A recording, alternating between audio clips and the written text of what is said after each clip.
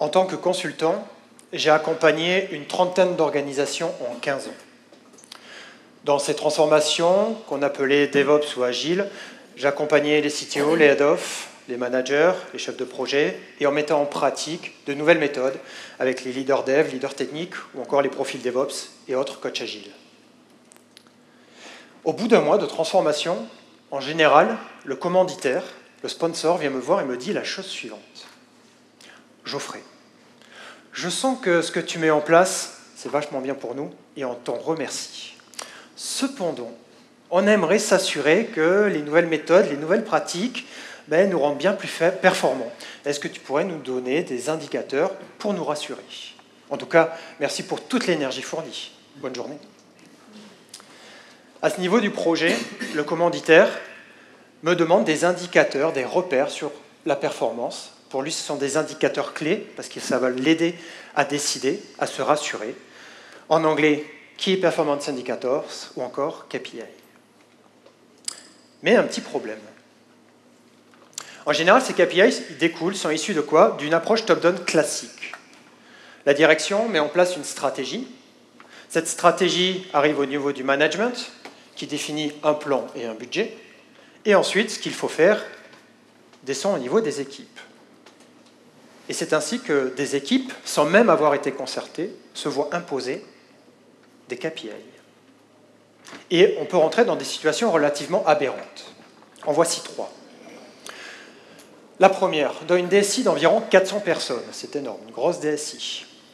La stratégie est orientée sur la qualité. Au niveau management, a été actée notamment la qualité du code. Et au niveau des équipes, c'est devenu la couverture de code. Et c'est ainsi que 12 équipes back-end, 80 personnes, se sont vues imposer d'avoir une couverture de code de 80% en 3 mois. Au secours, mon manager me demande des KPI. Deuxième situation. Dans une boîte plus petite, 50 personnes, une filiale. Cette filiale dépend d'une maison mère, et cette maison mère demande toujours plus de rendement au directeur de cette filiale. Et bien un jour, le directeur va voir l'équipe Scrum, qui était de 5-6 personnes, pas plus, et leur dit la chose suivante. J'étais là. J'ai une idée, on va devenir plus performant. À partir de maintenant, votre vélocité ne sera plus de 180 points, mais de 200. Quel génie! Dernière situation. Je ne l'ai entendue qu'une seule fois, mais celle-là, elle est salée. J'étais en train de terminer une conférence au Devox, et une personne est venue me voir à la fin et me dit la chose suivante. Merci Geoffrey pour les messages que tu fais passer, mais moi je suis dans la situation inverse. Il me confie qu'en tant que leader technique, lui et son équipe ne livraient pas plus de 4 fois dans l'année. Les processus, les interactions, la communication dans l'organisation ne le permettaient pas.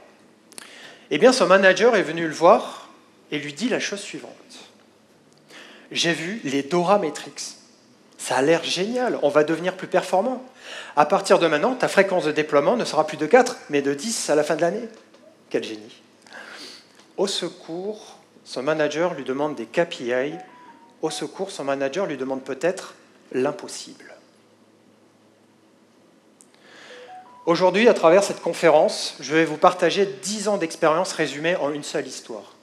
Dans cette histoire, vous allez trouver des personnages qui me font penser à des personnes clés que j'ai rencontrées dans ces 10 ans d'expérience. Quel type de KPI auquel on peut être confronté? Comment y répondre en fonction de leur type? Et enfin, comment réagir quand on semble impossible, quand ça semble vraiment inatteignable? Est-ce qu'on est obligé de subir ou on peut réagir?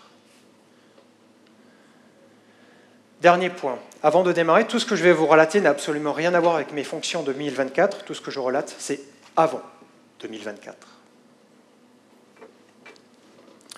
On est lundi. Il est 9h. Kevin boit son café. Kevin consulte ses mails.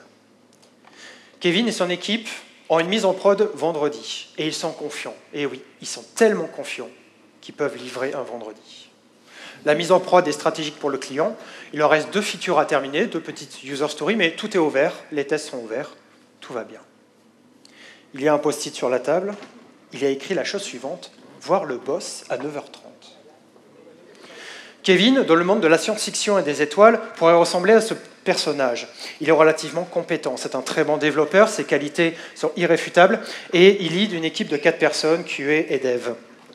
Il a une particularité, c'est qu'il est très bon en architecture logicielle. Il a également une bonne connaissance métier. Et en plus, et ça c'est la différence par rapport à ses pairs, c'est qu'il a une relation de confiance avec son responsable, ce qui lui donne un bon mandat. Son équipe, comment elle fonctionne, son organisation, je vais prendre la référence Team Topologies.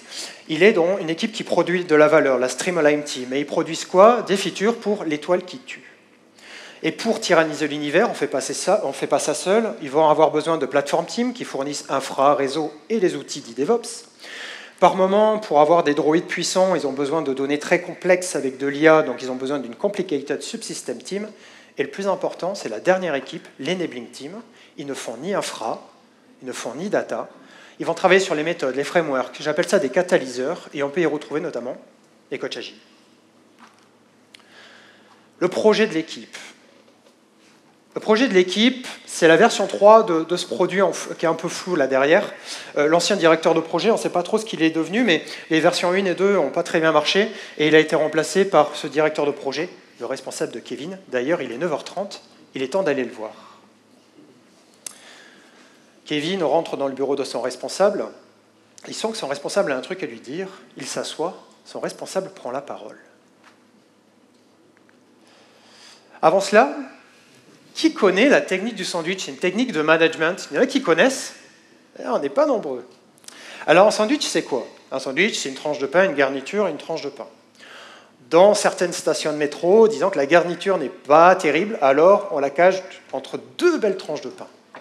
En management, quand on a un truc un peu délicat à dire, on dit un truc positif, première couche de pain, on case la garniture un peu moisie et une autre couche de pain, technique du sandwich, et ça donne la chose suivante.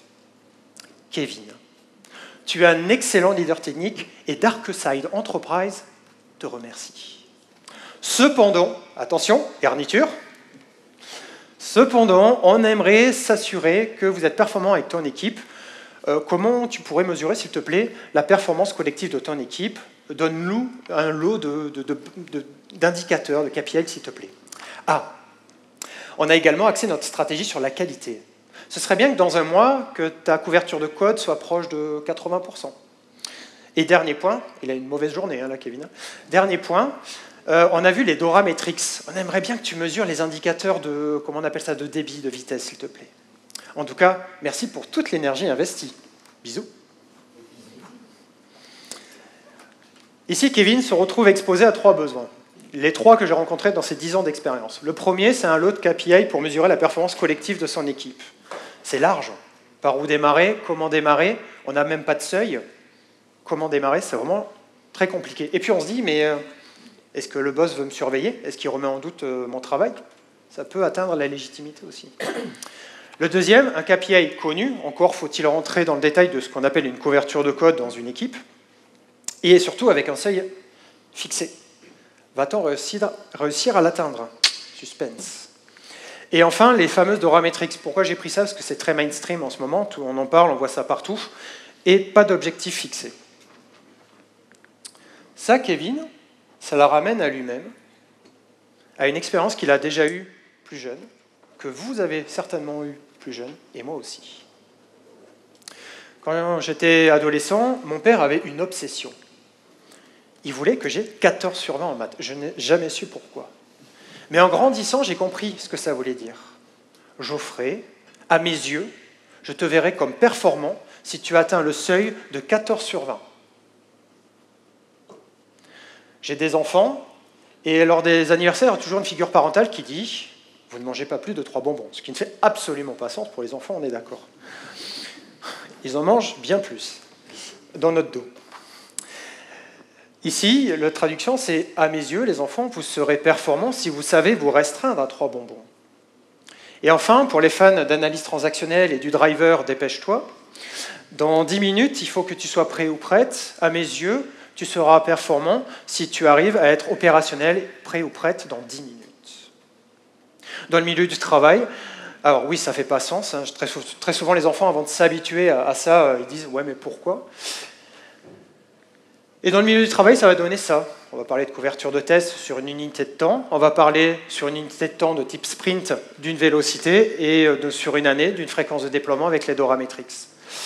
Et c'est rare que ce genre de KPI pour les ans fasse sens pour nous. Et double peine, c'est qu'en plus on doit les mettre en œuvre, les mesurer, etc. Génial.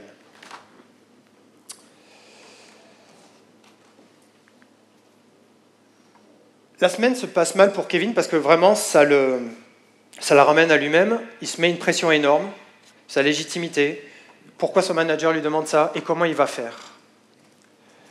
Les 2 features qui lui restaient à terminer, il va un petit peu les zapper avec son équipe, il passe les tests, c'est pas grave, on fait le package, de toute façon on a autre chose à penser.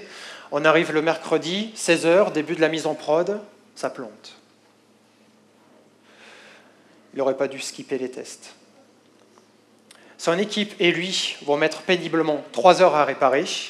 Le client a déjà exprimé son mécontentement. Ils ont mis une solution intermédiaire. Il part en week-end. On est lundi, il est 9h. Kevin boit son café.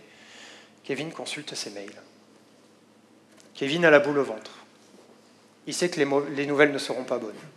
D'ailleurs, en allumant sa messagerie, il y a déjà une vingtaine de notifications techniques indiquant que le week-end s'est mal passé. Parmi ces 20 mails, il y en a un envoyé à 2h du matin par un de ses clients, un directeur de projet, qui exprime fortement son mécontentement. La semaine démarre mal. Il y a un post-it sur la table. Il y a écrit la chose suivante. Pensez au KPI du boss. Je pense que quand tout se cumule dans le travail, que vraiment tout se passe mal, et en plus qu'on se sent fautif ou fautif, vous savez, ça nous est tous arrivé, un mail envoyé, une erreur en prod, n'importe quoi, on a tendance à se replier sur soi-même. Là, dans le cas de Kevin, il y a quelque chose qui va le ramener à la réalité. Un son, une petite voix qui lui fait « Hello ». Il tourne la tête. Et il tombe sur Eileen, le deuxième personnage principal de cette histoire. Eileen est une coach agile expérimentée. Elle a une grande culture, parce qu'elle va à plein de conférences, elle est également conférencière, elle a vraiment une très très large culture. Elle est dans l'équipe Enabling Team. Elle ne fait ni infra ni data, mais elle va nous aider, elle va travailler sur des frameworks, etc. Elle a un super pouvoir. Elle utilise des post-it, elle écrit des trucs dessus, elle les met à droite, à gauche, à droite, à gauche. On ne comprend pas trop, mais ça nous aide. C'est très efficace. Et puis, comme dans l'équipe technique, on ne parle pas trop, elle nous amène une culture, ce qu'on appelle la culture du feedback, et ça aussi, ça nous aide bien. D'ailleurs, Eileen écoute ce que Kevin a à dire. Elle comprend la difficulté de Kevin, son rôle est de l'accompagner, et dès le lundi après-midi, ils vont démarrer ensemble pour traiter ce sujet de KPI. Et elle va lui enseigner en 1 mois 3 leçons. Première leçon, rends clair ce qui est obscur. Ouais, je l'ai réussi celui-là. Ici, ils vont traiter le sujet des Dora Metrics. Vous savez, les Dora Metrics sans seuil. Alors, avant de démarrer ça, je voudrais donner un petit message personnel. Je vois aujourd'hui sur la toile une énorme obsession en ce moment. C'est sur la productivité de l'équipe de dev. Qu'on parle DevEx, qu'on parle Space, qu'on parle Accelerate, qu'on parle ce que vous voulez, la productivité des développeurs. Moi, j'ai envie de dire, foutons-leur la paix aux développeurs. Est-ce qu'on ne devrait pas plutôt mesurer et challenger les processus de l'organisation, qui sont souvent un frein aux développeurs? Est-ce qu'on ne devrait pas mesurer et challenger les interactions et les flux de communication de l'entreprise, qui sont aussi un frein aux développeurs? Et enfin, est-ce qu'on ne devrait pas mesurer et challenger cette capacité qu'ont les managers ou les directeurs à récupérer les réalités du terrain, les vrais problèmes du terrain, qui sont souvent les gros points de blocage des managers? Et comme dit Eileen, on n'a pas le choix, il faut faire avec. Alors on va quand même rentrer dans le vif du sujet. Les Dora Metrics, ce sont des compteurs. Hein. Des compteurs sans moteur, ça ne vaut rien. Les 2 premiers indicateurs de débit. Avant, on parlait de vitesse, je préfère la notion de débit, qui est plus intéressante. Et le premier indicateur, délai de livraison des modifications. Imaginons que je sois développeur et je reçois 10 caractères à coder. Je code, j'historise le changement, j'ai fait ce qu'on appelle un commit. À ce moment-là, démarre le chrono de ce délai. OK ? Et il va s'arrêter lorsque j'ai envoyé en production ces 10 caractères. On va arrêter le chrono. Sauf qu'entre-temps, on se doute bien qu'il va y avoir quelques petits obstacles. La question, c'est comment je rends ça un peu plus droit, comment j'automatise. Le deuxième indicateur, c'est la fréquence de déploiement. Imaginez que vous arrivez à livrer une étoile qui tue en 1 an. Si vous arrivez à en livrer 2 en 1 an, vous avez doublé votre fréquence de déploiement. Si vous en livrez 3, vous avez triplé votre fréquence de déploiement. Le débit ne va pas sans la stabilité. On va voir ceux de stabilité également. Il y a le fameux délai de remise en service suite à un déploiement en échec. Je reprends mon souffle. Imaginez qu'il y a un X-Wing qui abîme votre produit pour une raison X ou Y. En combien de temps vous le réparez? C'est tout. Donc en fait, c'est le temps pour réparer, ce qu'on appelle le TTR, FTTR, MTTR, avis aux puristes. Et le dernier, c'est le taux de déploiement en production en échec. Alors ça veut dire quoi? Imaginez que vous livrez 3 fois votre produit dans une unité de temps quelconque. La 4e fois, ça plante. Ça plante 1 fois sur 4. Votre CFR de 25%. Comment on baisse ce taux? Tout simplement. Rend clair ce qui est obscur. Ici, il y a quelque chose, il y a un seul mot dans tout ce que j'ai dit, que Kevin, vraiment, ça lui apporte quelque chose. Je vous rappelle, Kevin est technique, Eline, pas du tout. Eh bien, il y a un mot, c'est le mot commit. Donc Kevin, il résume. Tu me dis que lorsque mon équipe et moi, on fait notre premier commit, donc c'est-à-dire je code, j'historise le changement. Là, ici, vous avez à chaque commit, il y a des identifiants uniques pour celles qui ne connaîtraient pas. Eh bien, en fait, ça plaît à Kevin. Pourquoi? Parce qu'en fait, il a des méthodes, des techniques, et notamment Git, qui permet de récupérer une unité de temps liée au commit. Et il y a 4-5 façons techniques. On n'est pas là pour rentrer dans le détail, il faut juste savoir que grâce à un commit, Kevin a compris qu'il pouvait récupérer une unité de temps, donc le démarrage de son chrono, grâce à une simple commande manuelle. Et de la même manière, il a besoin, lui, de récupérer quand ça s'arrête. Et bien en fait, on peut mettre un label. Là, le label, par exemple, c'est "prod". Et de la même manière, avec le même outil Git, il peut capter le début de son chrono et la fin de son chrono. Il calcule le délai. Il a déjà son lead time for change. Et là, c'est une version en plus manuelle qui peut très facilement automatiser, rend clair ce qui est obscur. Il peut même mesurer sa fréquence de déploiement. Parce que le label "prod", imaginons qu'il le voit sur 1 mois, sa fréquence de déploiement est de 1. S'il le voit sur 2 mois, sa fréquence de déploiement est 2. Et s'il le voit sur 3 mois, sa fréquence de déploiement est de 3. Et ça lui plaît bien à Kevin. Deuxième leçon. Révèle ce qui est invisible. Là, on va traiter le sujet épineux des capacités de l'équipe, de la performance collective de l'équipe. Comment mettre en évidence que son équipe est performante? Et Eline lui dit, mais rappelle-toi de ta première leçon. En clair, ce qui est obscur, c'est quoi la performance aux yeux de ton manager déjà? Ce serait peut-être par là qu'il faudrait commencer. Alors, une organisation, pour qu'elle soit performante, c'est pas trop compliqué, on va parler profit, productivité et la réduction des time to market. Jusque-là, quelque chose de classique. Et Satya Nadella, en 2007, donc le DG Microsoft, disait une organisation aujourd'hui, en 2017, pardon, disait une organisation est une organisation du numérique. Son business dépend et corrélé à la production logicielle, à la qualité de son logiciel. Et votre logiciel, il dépend de quoi? À votre capacité à livrer en continu des features, des options sur ce logiciel et de manière stable. Donc en fait, si vous êtes performant en livraison continue, vous allez pouvoir, avec votre logiciel, impacter votre business. C'est ça, la performance aux yeux du management. Faire tourner son système pour qu'on aille vite et bien. Alors vite relatif, hein, d'accord.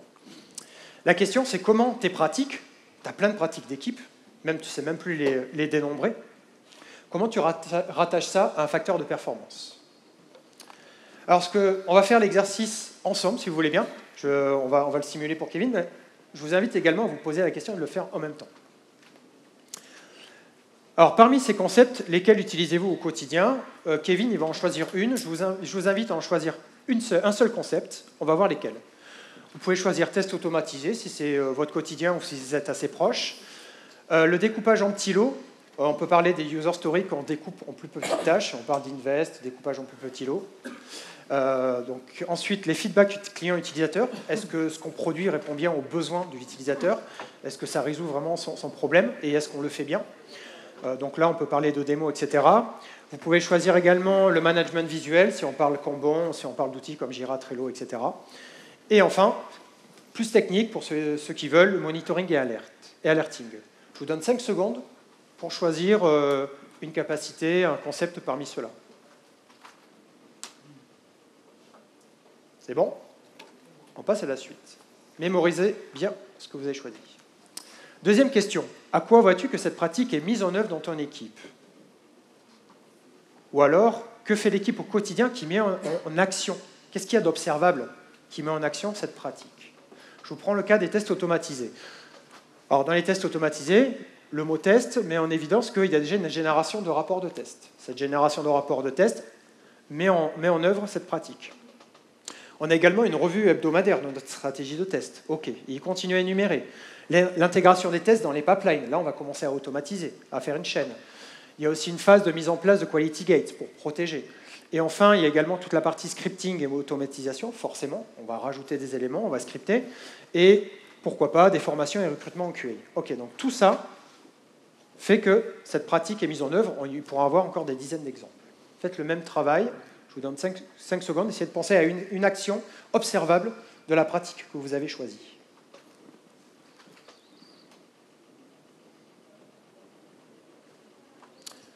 Troisième question.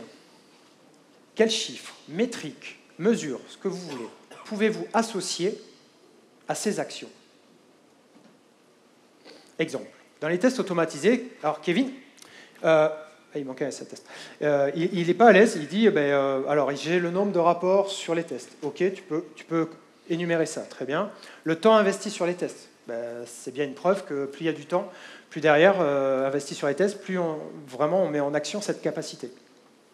La durée des tests et volume de bugs qui peut être fluctuant. Le nombre de tests automatisés et pourquoi pas le nombre de QA dans les équipes. Je demande de faire le même exercice. Et pendant que vous faites ça, il y a un truc que Kevin n'aime pas trop. Il trouve que unitairement, ces valeurs, c'est pas hyper pertinent. Je sais pas, le volume de bugs, vous pouvez vous retrouver avec 100 bugs en une semaine, juste pour une petite erreur qui est juste répétitive mais qui a peu d'impact. Et puis vous pouvez vous retrouver avec un seul bug qui est en mode critical, et s'il passe, il casse tout. Donc il dit, c'est bien, mais c'est pas pertinent. Et c'est là qu'Eline lui dit, ouais, mais il faut que tu visualises un truc. C'est qu'en fait, toutes tes mesures, elles sont interconnectées, et elles forment un système. C'est-à-dire que l'une, quand tu vas la modifier, qu'elle va baisser ou diminuer, elle va avoir un impact potentiellement sur les autres. Le volume de QA, vous en avez moins, vous passez moins de temps dessus. Si vous avez plus de QA, vous avez potentiellement plus de temps passé sur les tests. Donc potentiellement, vous avez un volume de bugs en fonction du nombre de tests implémentés qui va fluctuer, les durées de tests aussi, etc.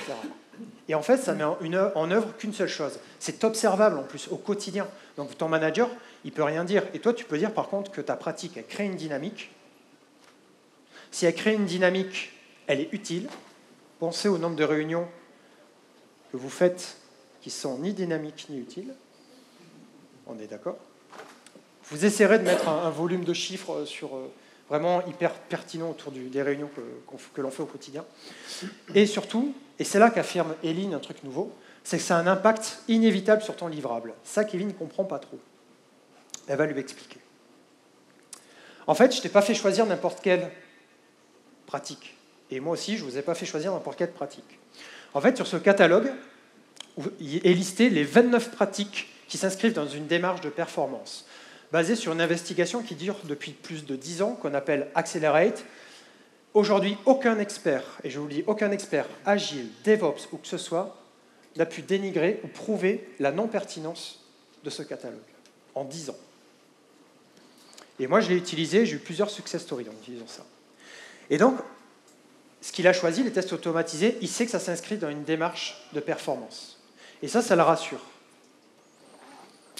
Alors, on refait un peu de tri. Il a plein de pratiques. Il utilise le catalogue, ça lui fait une espèce de filtre pour mettre en avant des pratiques qui s'inscrivent dans une démarche de performance. Elles sont observables grâce à des actions du quotidien qui mettent en avant que ce sont des pratiques utiles, et on peut y associer des chiffres liés aux actions qui sont observables. Les actions qui sont observables, c'est très dur à dire « non, mais ce n'est pas pertinent ».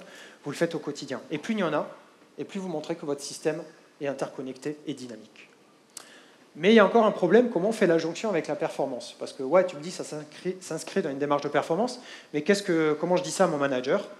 Eh bien, il y a une référence, la fameuse investigation que je vous mentionne, qui est aujourd'hui très pertinente encore à ce jour, et qui démontre que ça s'inscrit dans une démarche de performance de livraison continue et aura un impact potentiel sur votre business.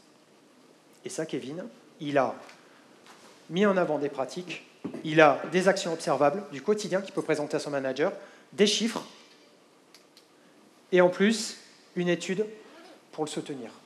Il a toute l'argumentation nécessaire qu'il peut pousser à son manager pour la mise en avant de la performance collective de son équipe. Et en plus, tout ça, c'est mesurable avec les Dora Metrics. Tiens, ça tombe bien, il en mesure 2 déjà. Et puis, il va pouvoir dire qu'ils vont pouvoir tyranniser l'univers très rapidement et devenir riches très rapidement. Il révèle ce qui est invisible. Troisième et dernière leçon. Tes alliés sont la force et non l'inverse.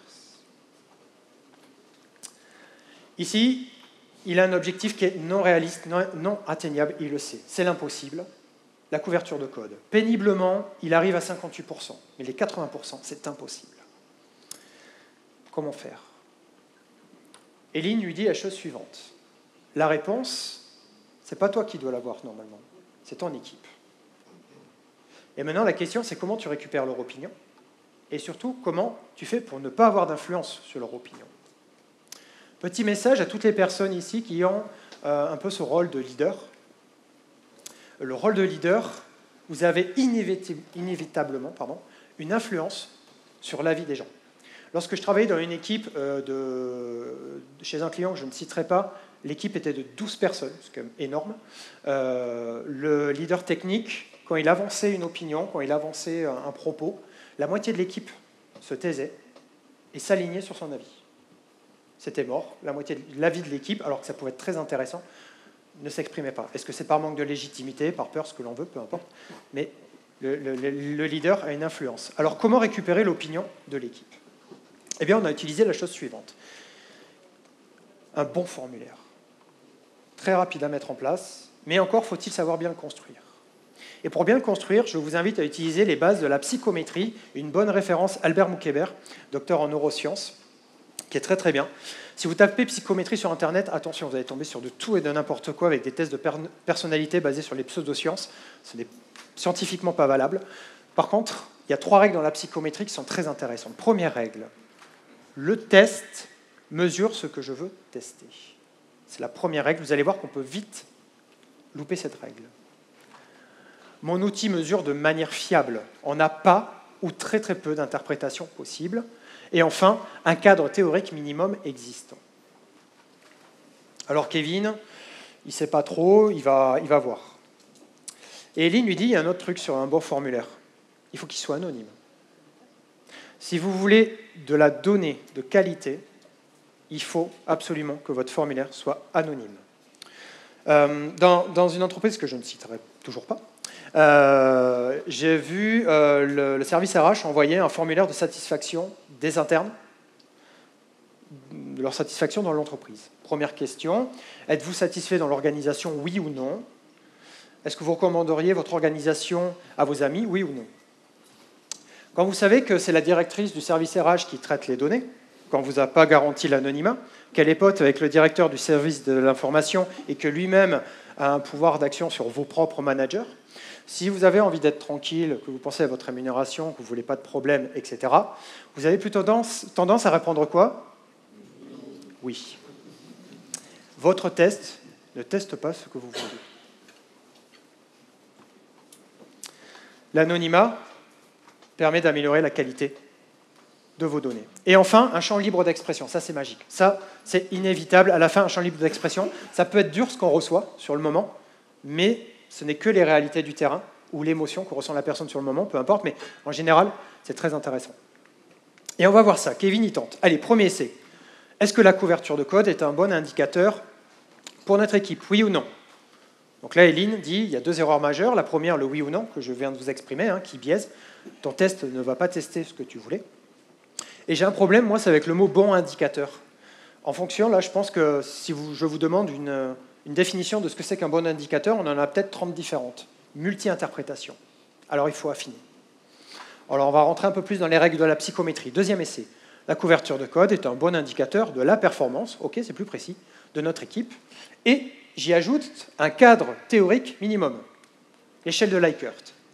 L'échelle de Likert, là, je l'ai mis en 6 réponses. 1, 2, 3, 4, 5, 6. À l'état de l'art, c'est plutôt 5, 7, 9.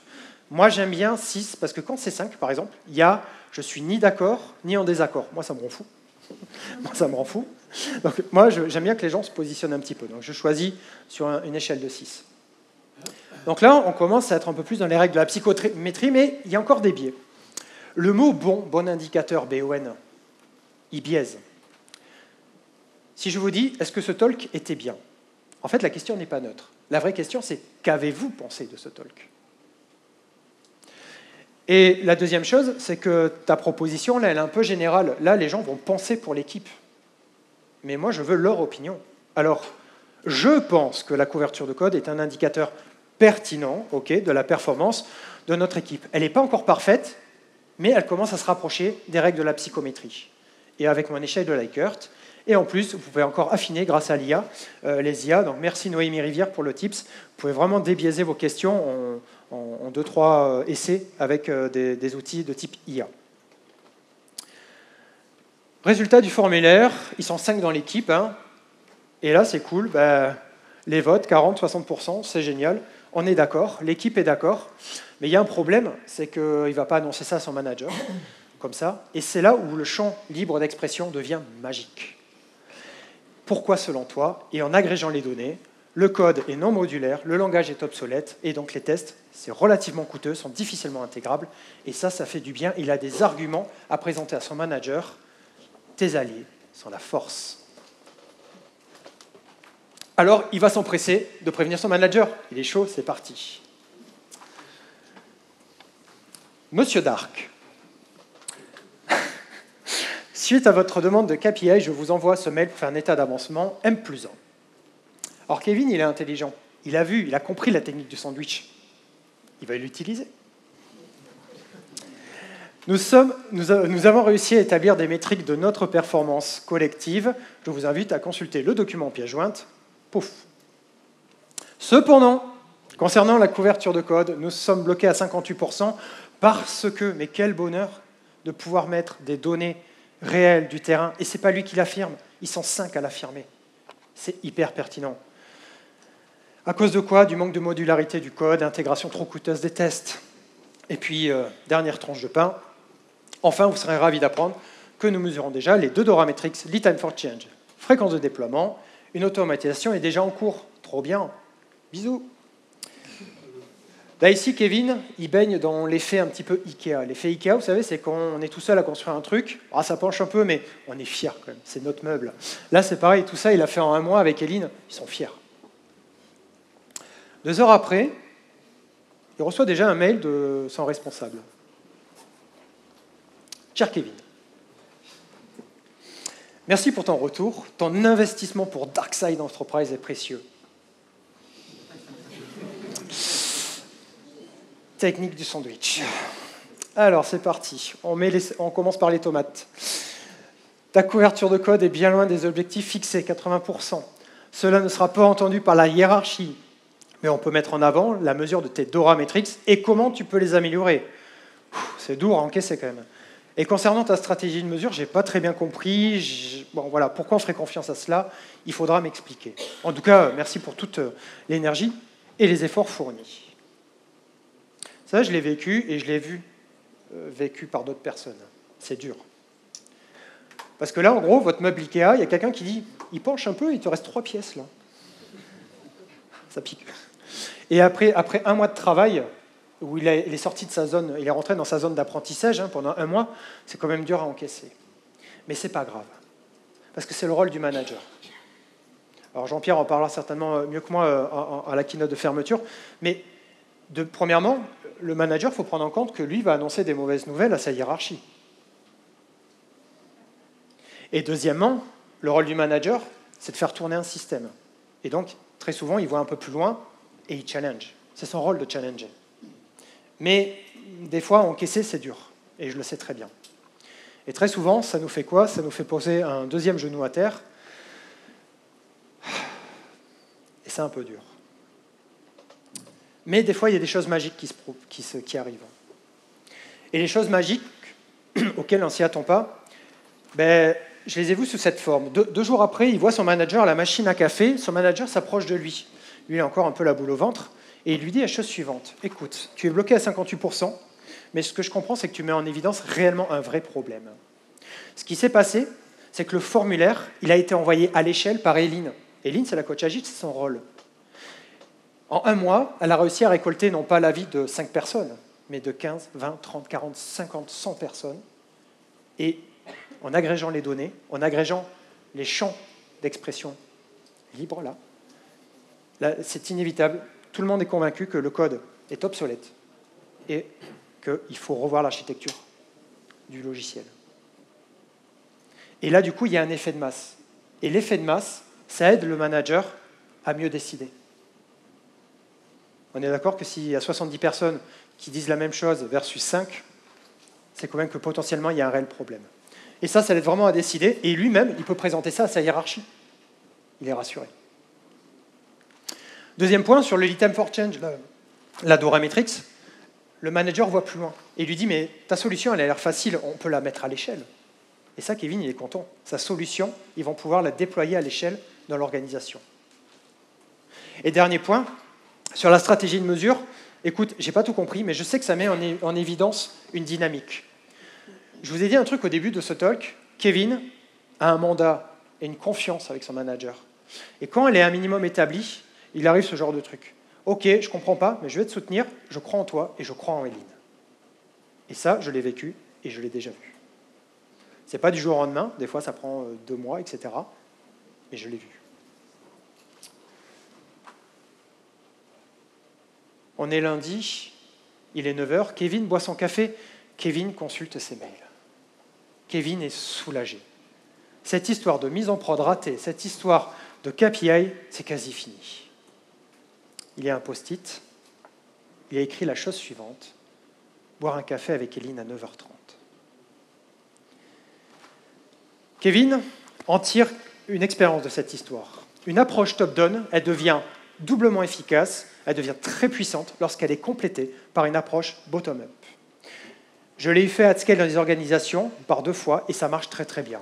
Mais pour cela, il faut aller déjà récolter ce qui marche et ce qui ne marche pas auprès des équipes et le rendre visible au niveau du management pour que lui-même ait des arguments. Sauf que pour faire ça, il faut de la data en masse, quantitative et fiable, des chiffres. Mais des chiffres ne sont pas suffisants, il faut aussi des lettres, des chiffres et des lettres, retenez cela. Merci. Aussi avec des opinions d'équipe, d'accord? Mais pas de 5 personnes, 15, 20, 30, bénéficiez de l'effet de masse si vous le pouvez.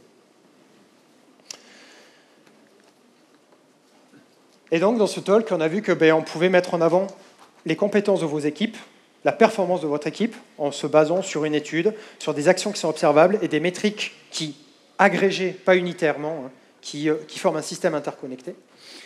Également qu'avec un bon formulaire basé sur la psychométrie, on pouvait amener de la data hyper pertinente, c'est très puissant. Moi, je l'utilise à chaque fois, c'est facile à faire un formulaire. Et vous pouvez maintenant débiaiser les questions grâce à l'IA. Et enfin, 3 critères d'un KPI, clair, pertinent et qui fasse sens. Parce qu'un jour, votre manager, votre responsable, vous demandera des KPI, si ce n'est pas déjà le cas. Comme Kevin, vous remettrez peut-être en cause votre légitimité. Comme Kevin, vous vous sentirez peut-être surveillé. Et comme Kevin, vous ne saurez pas par où commencer. Alors, osez manager votre manager. Osez aller de l'avant vers lui. Osez aller récolter l'avis d'une centaine de personnes, d'une trentaine d'équipes. Et enfin, osez challenger les KPI qu'on vous demande. Retenez cela. Intention, attention, émotion. Intention. Quelle est l'intention du KPI? Est-ce qu'il est clair pour tout le monde? Attention, à quoi je dois faire attention? À la qualité de la donnée qui l'alimente. Et émotion, ou si vous préférez énergie, à l'annonce du KPI, est-ce que cela crée une dynamique ou au contraire une démotivation? Intention, attention, émotion, énergie. Et je crois qu'avec ça, ensemble, on peut même changer la définition du mot KPI et qu'il ne soit plus Key Performance Indicators, mais qu'elle devienne Keep People Interested. Parce que c'est ce qu'il y a de plus important, de garder les gens intéressés, de garder les gens impliqués. Et j'espère l'avoir fait aujourd'hui, de garder les gens inspirés. Merci.